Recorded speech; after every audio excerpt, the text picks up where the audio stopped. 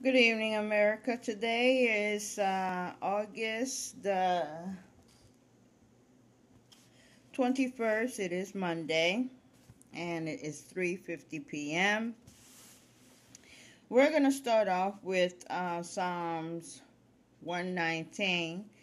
We're going to start from verse 41 to verse 56. I'm going to read it from this book first, and then we're going to switch over to the other book from 41 to 56. Okay. It says, Let thy mercies come also unto me, O Lord, even thou salvation, according to thy word. 42. So shall I have wherewith to answer him that reproacheth me, for I trust in thy word. 43. And take not the word of truth utterly out of my mouth, for I have hoped in thy judgment. 44.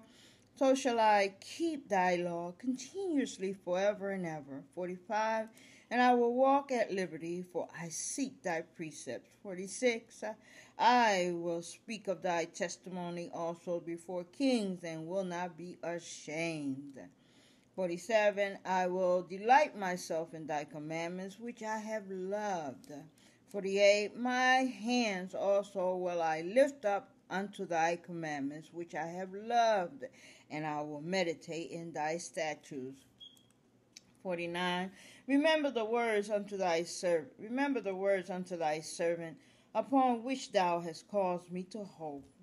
Amen. 50. This is my comfort in my affliction. Amen. For thy word has quickened me. 51. The proud have had me greatly in diversion, yet have I not declined from thy law. Amen. 52. I remember thy judgment of old, O Lord, and have comforted myself. Amen. 53. Horror has taken hold upon me because of the wicked that forsake thy law. Yes, Father. Horror has taken hold upon me because of the wicked that forsake thy law. 54. Thy statutes have been my songs in the house of my pilgrimage. 55. I have remembered thy name, O Lord, in the night, and have kept thy law. 56. This I had, because I keep thy precepts. Okay, let's go to here. From 41. Let your steadfast love come to me, O Lord, your salvation according to your promise. 42. Then I shall have an answer for those who taunt me, for I trust in your word. 43. Do not take the word of truth utterly out of my mouth, for my hope is in your ordinances. 44. I will keep your law continuously forever and ever. 45. I shall walk at liberty, for I have sought your precepts. 46. I will also teach of your decree before kings, and shall not be put to shame. 47. I find my delight in your commandments, because I love them. 48. I reverence your commandments, which I love, and I meditate on your statutes. 49. Remember your words to your servant, in which you have made me hope. 50. This is my comfort in my distress, that your promise gives me life. Amen. 51. The arrogant utterly deride me, but I do not turn away from your law. 52. When I think of your ordinances from of old, I take comfort, O Lord. Amen. 53. High indignation seizes me because of the wicked, those who forsake your law. Yes, Father. High indignation seizes me because of the wicked, those who forsake your law. 55, 54. Your statutes have been my song wherever I make my home. Amen. 55. I remember your name in the night, O Lord, and keep your law. 56. This blessing has fallen to me, for I have kept your precept. Amen. Okay, that is the beginning. And we're going to be talking about punishment. Again, we are on section D. We read about disease as one of the punishment God brings against the nations. 2 Chronicles 26, the entire chapter. Today we will read about defeat is another punishment brought against the nations for defiling or forsaking his laws. And that will be from 2 Chronicles chapter 12, where we are today. 2 Chronicles chapter 12. There we are. Okay. And I will be flip-flopping. Hope you don't mind. It's the story of my life. Flip-flopping from one to the other.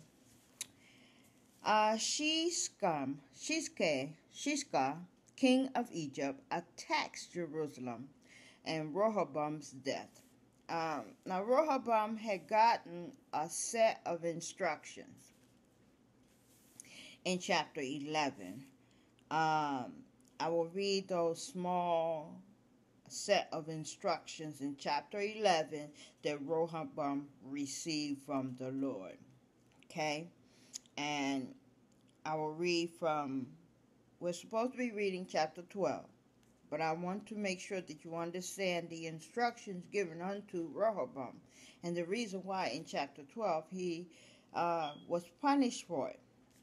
All right, so God instructed Rehoboam not to war against Israel in chapter 11.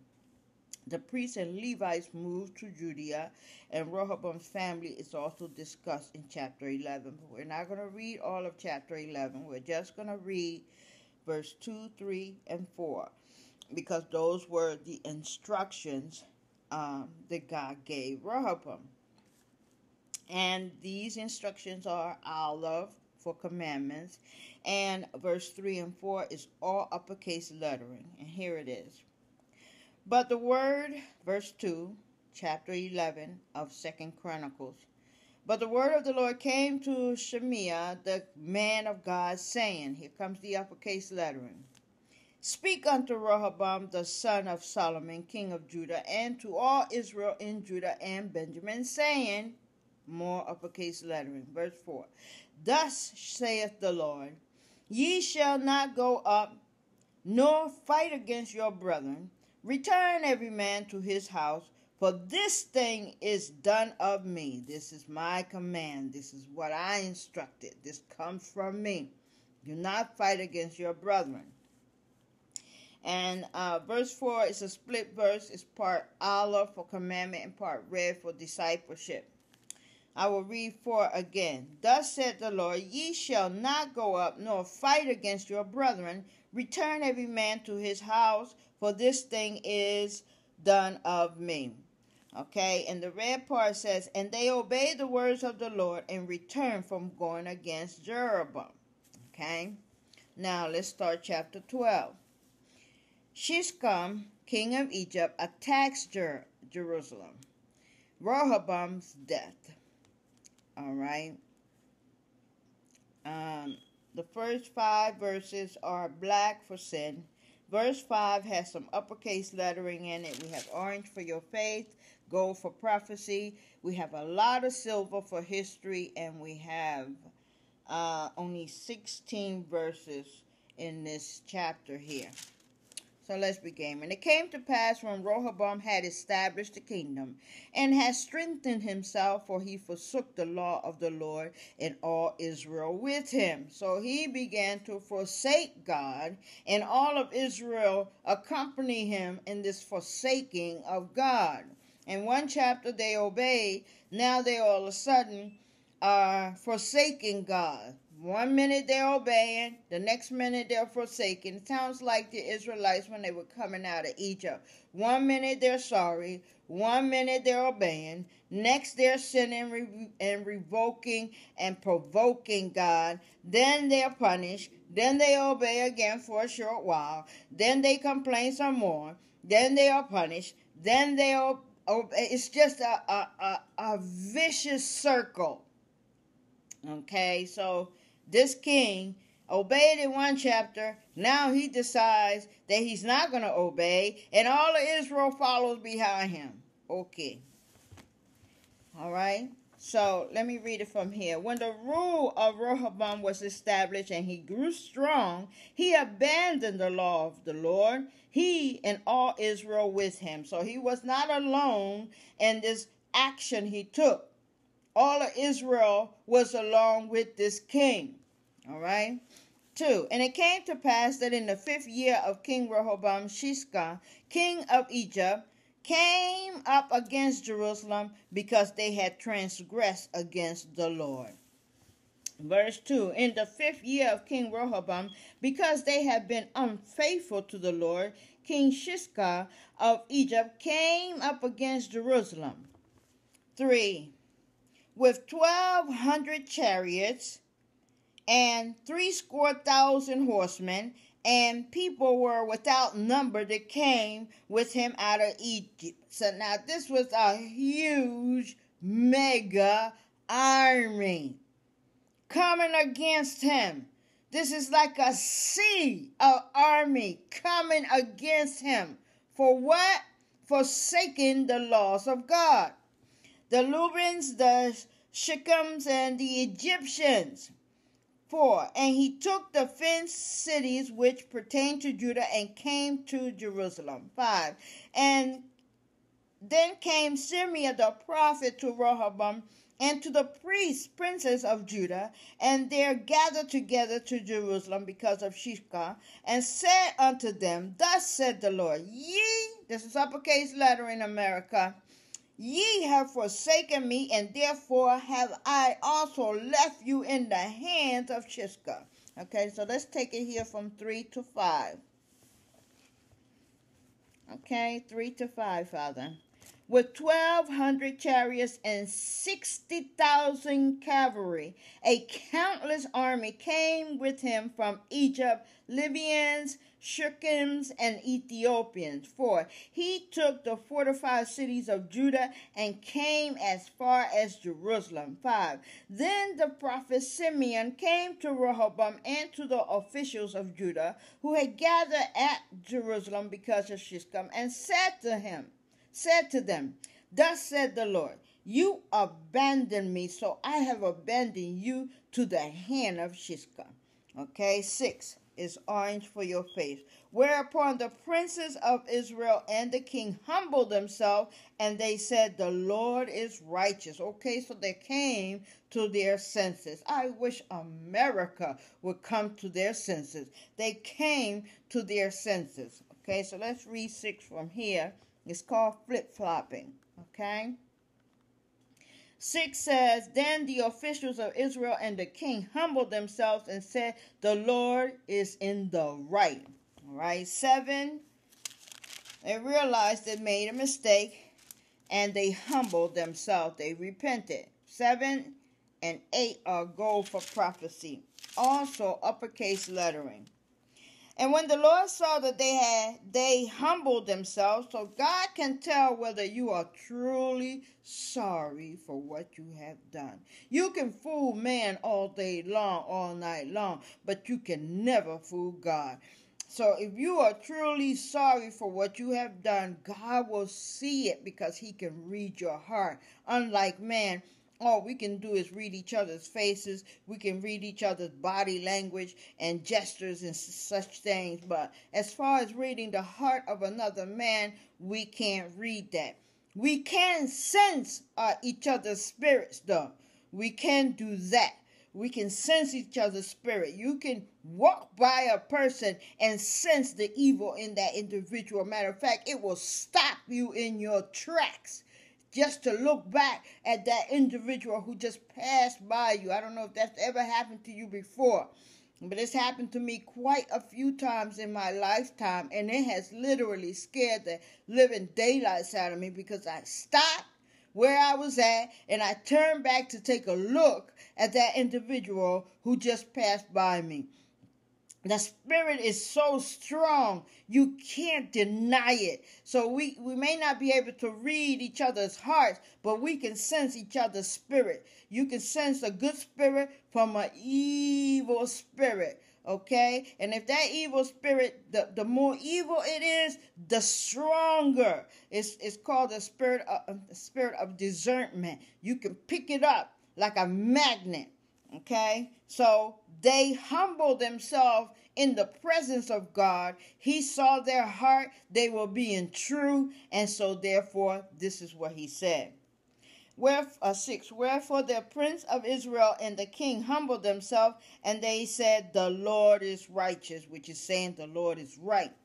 7. And when the Lord saw that they humbled themselves, the word of the Lord came to Simeon, saying, uppercase letter in America, they have humbled themselves, therefore I will not destroy them, but I will grant them some deliverance. Okay, and my wrath shall not be poured out upon Jerusalem by the hand of Shishak. 8. Nevertheless, they shall be his servants, that they may know my service and the service of the kingdom of the country. So let's read it here from 6 to 8. 6. Then the officials of Israel and the king humbled themselves and said, the Lord is in the right. 7. When the Lord saw that they humbled themselves, the word of the Lord came to Simeon, saying, they have humbled themselves. I will not destroy them, but I will grant them some deliverance, and my wrath shall not be poured out on Jerusalem by the hand of Shishak. Nevertheless, 8. Nevertheless, they shall be his servants, so that they may know the difference between serving me and serving the kingdoms of other lands. It's better to serve God, okay, than become the slave of another. All right, 9, 10, and 11 is history. And it says, so Shishak, king of Egypt, came up against Jerusalem and took away the treasures of the house of the Lord and the treasures of the king's house. He took all. He carried away also the shields of gold which Solomon had made. 10. Instead of which King Rehoboam made shields of brass and committed them to the hands of the chief of the guard that kept the entrance of the king's house. 11. And when the king entered into the house of the Lord, and guard came and fetched them and brought them again into the guard's chamber. So let's read from 9 to 11 here. 9, Father. Okay, so King Shishak of Egypt came up against Jerusalem. He took away the treasures of the house of the Lord and the treasures of the king's house. He took everything. He also took away the shields of gold that Solomon had made. 10. But King Rehoboam made in place of them shields of bronze and committed them to the hands of the official of the guard who kept the doors of the king's house. 11. Whenever the king went into the house of the Lord, the guard would come along, bearing them, and would then bring them back to the guard room. 12. It's orange for your faith. And when he humbled himself, the wrath of the Lord turned from him, that he would not destroy him altogether. And also in Judah things went well. 12. Because he humbled himself, the wrath of the Lord turned from him, so not as to destroy them completely. Moreover, conditions were good in Judah. 13 is silver for history. 14 is black, and 15 and 16 is additional silver for history. So King Rehoboam strengthened himself in Jerusalem and reigned, for Rehoboam was 140 years old when he began to reign, and he reigned 17 years in Jerusalem, the city which the Lord had chosen out of all the tribes of Israel to put his name there. And his mother's name was Naamah, or an Ammonitess. Okay, 14. Black. And he did evil because he prepared not his heart to seek God. See? It's a vicious circle. 1 minute you're paying attention to the word, 1 minute you're obeying, and then the next minute you're back to doing evil again. Sounds like the Americans. Okay? And let's not talk about that right now. Okay, 15. Now the acts of Rehoboam, first and last, are they not written in the book of Simeon the prophet, and of Idol the seer concerning genealogies. And there were wars between Rehoboam and Jeroboam continuously. And Rehoboam slept with his father and was buried in the city of David, and Abijah his son reigned in his stead. Okay, so let's take it here from 13. 13, Father. Here it is. Death of Rehoboam. So King Rehoboam established himself in Jerusalem and reigned. Rehoboam was 41 years old when he began to reign. He reigned 17 years in Jerusalem, the city that the Lord had chosen out of all the tribes of Israel to put his name there. His mother's name was Naamah the Ammonite. 14. He did evil, for he did not set his heart to seek the Lord. 15. Now the acts of Rehoboam from the first to last, are they not written in the records of the prophet Shemiah and of the seer Idol, recorded by genealogy? There was continual war between Rehoboam and Jeroboam. 16. Rehoboam slept with his ancestors and was buried in the city of David, and his son Abijah succeeded him. So the moral of the story here is, America, is that when God gives you instructions, you have to follow those instructions clearly to the letter, dotting every I, crossing every T. If he tells you don't bother your brother, don't bother your brother. Don't not bother him for a little while and then let the evil thoughts come through your mind, and then you're back to bothering your brother. You're constantly fighting back and forth, back and forth. That is no good. You're either going to follow the Lord wholly or you're not. Okay? You're either going to be sorry and humble yourself completely or you're not. And you can tell by this king that he was not really following God. He would obey for a little while, and then next thing he will fall off the scale. Don't be like that, America. Don't be like that. If you're going to follow God, don't follow some of his rules.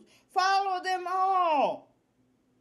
Follow all of them. Because even if you try to follow all of them, it's not going to make you a saint, and it's not going to make you sinless. Because we're going to be sinful till the day we die. Every day is a struggle to stay in the good graces of God. But we ought to at least make a sincere effort to stay in his good graces so that we may stay protected, so that we may be well and things may be well with us. But if we as a nation forsake God totally, there is a terrible, horrific price to pay for that. A horrific price, America. And I don't think you're quite ready to fight with the Lord, because when you fight with God, you know it is a divine intervention. You know it's not your brother from Korea. You know it's not your brother from any other continent. You know it is God himself punishing us as a nation of people.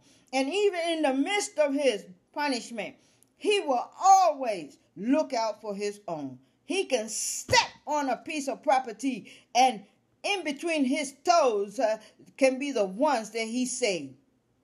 That's how good he is. And his feet are bigger than yours and mine.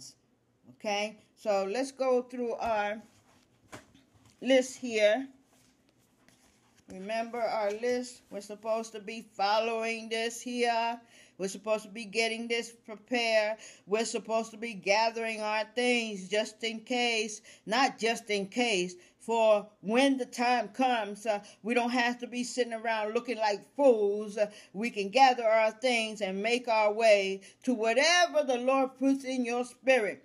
Because on that day, angels are going to be coming down here in great numbers. Some will be to rescue you. Some will be to pick you up. For those who are being rescued, that angel will lead you to safety. That angel will touch you somewhere on your body and tell you exactly which direction to go. It will be your personal spiritual navigational system.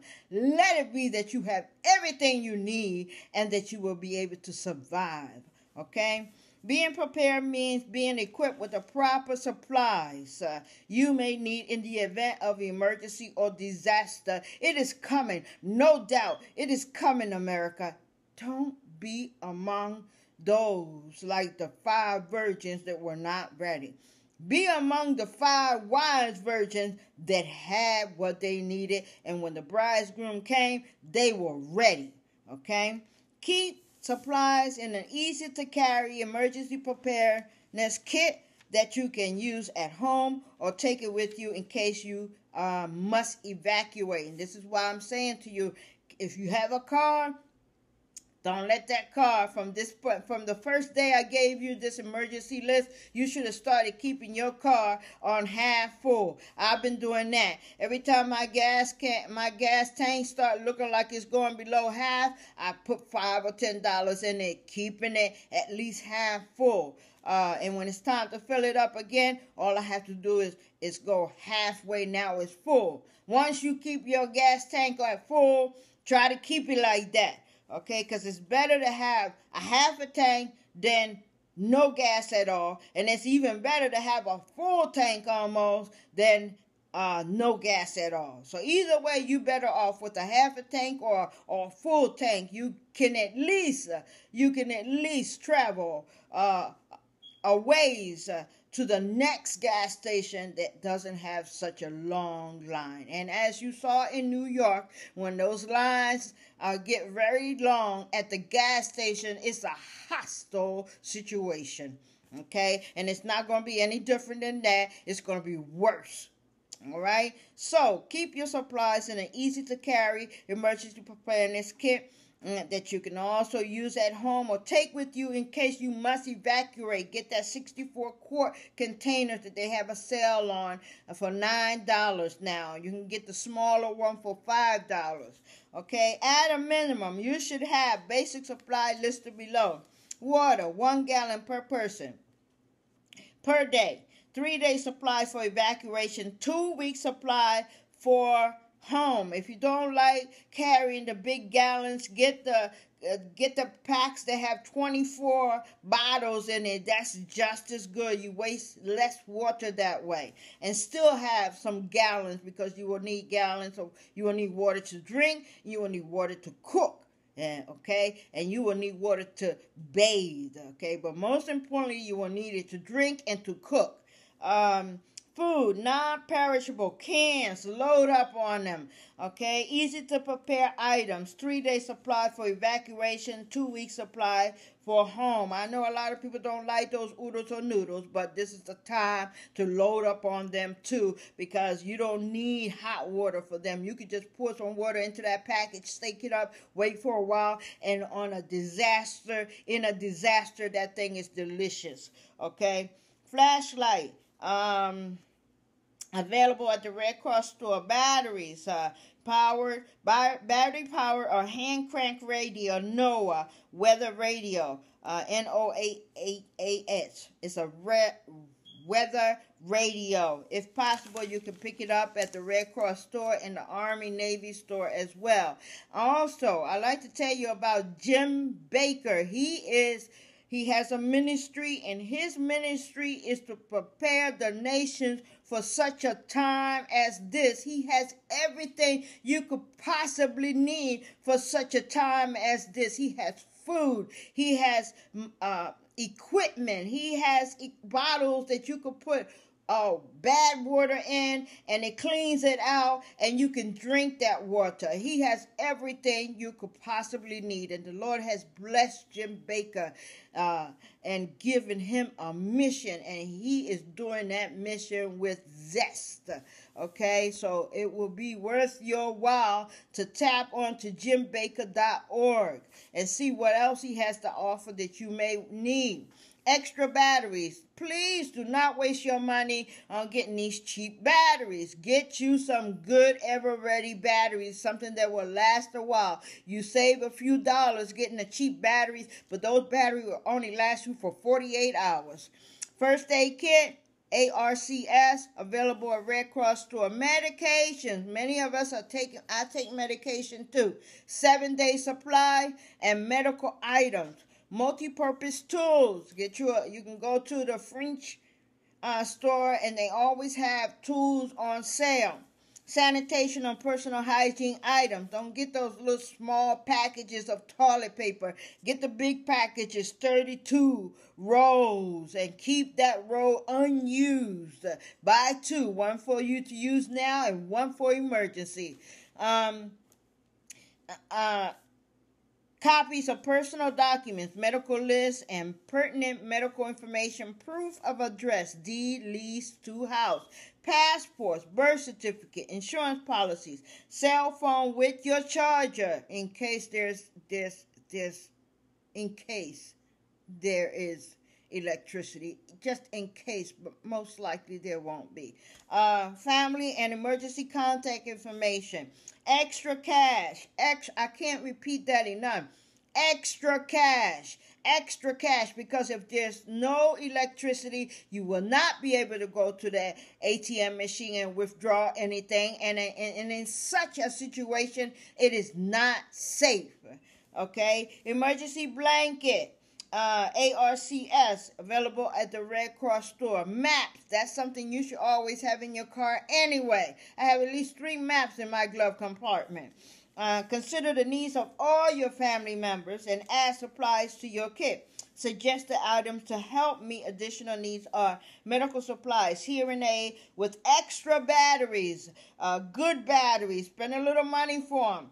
Glasses, contact lenses, syringe. Make sure for those of you who are diabetic, make sure you have enough your diabetic machine. For those of you who are on dialysis, they have those portable dialysis machines now. Make sure that you know where yours is and that you have everything that you need to use it, because on this day, you will have to need it. You will need it, America. Baby supplies for those who have little ones, bottles, formulas, diapers, food, games and activities for your children to help take their mind on what's happening in the world. Pet supplies for those who have beasts, your collars, leash, bow, food for your beasts, two-way radio, a two-way radio, extra set of car keys and house keys, manual can opener, not 1 but 2. Additional supplies to keep at home or in your survival kit based on the type of disaster. You will need a whistle, not 1 but 2.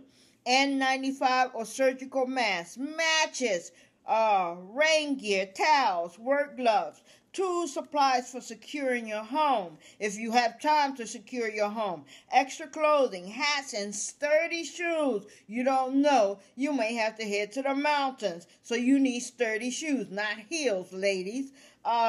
Plastic sheeting, duct tape, scissors, household liquid bleach, don't worry about the brand, entertainment item, blankets or sleeping bags, very important. Your first aid kit, 2 absorbent compress dressing. These are the minimum now. You can always add more to these items.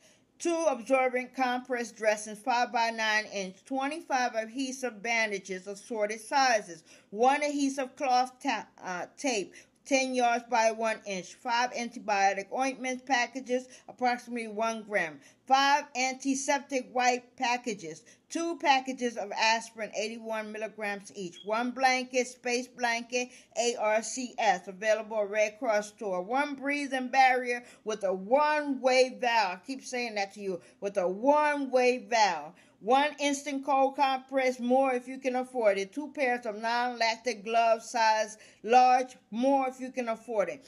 2 hydrocortisone ointment packages, approximately 1 gram. Scissors, this is the different pair of scissors just for the first aid kit. 1 roll of bandages, 3 inches wide. 1 roll of bandages, 5 inches wide. 5 Sturgold pads, 3 by 3 inch ARCS, available at the Red Cross store. 5 Sturgold pads, 4 by 4 inches. Oral thermometers, ladies and gentlemen, no mercury, no glass. two triangular bandages, tweezers, and your first aid kit instruction bandages. There's one other thing here that I think every first aid kit should have, and that's antibiotics, because people get hurt in a disaster, and a shot of antibiotics would save a lot of lives. And I'm hoping that the president will consider such a thing and will allow doctors to at least give each patient one prescription of antibiotics to add to their first aid kit. That is all for today, America. The times are of great evil. There's a reason why God does what he does. And if you're going around ignoring those that are truly giving the message to God, and tapping on to everything on YouTube that has absolutely nothing to do with God, you will miss out on survival. I'm telling you, this is not the time to be avoiding the gospel of Jesus Christ. Thank you very much for joining us here at Spiritual Water. My name is Brenda Guerrero. As always, may the peace of God be upon your pay. May the protection of God surround thee, and may the will of God come from thee. Until the next time, have a wonderful day.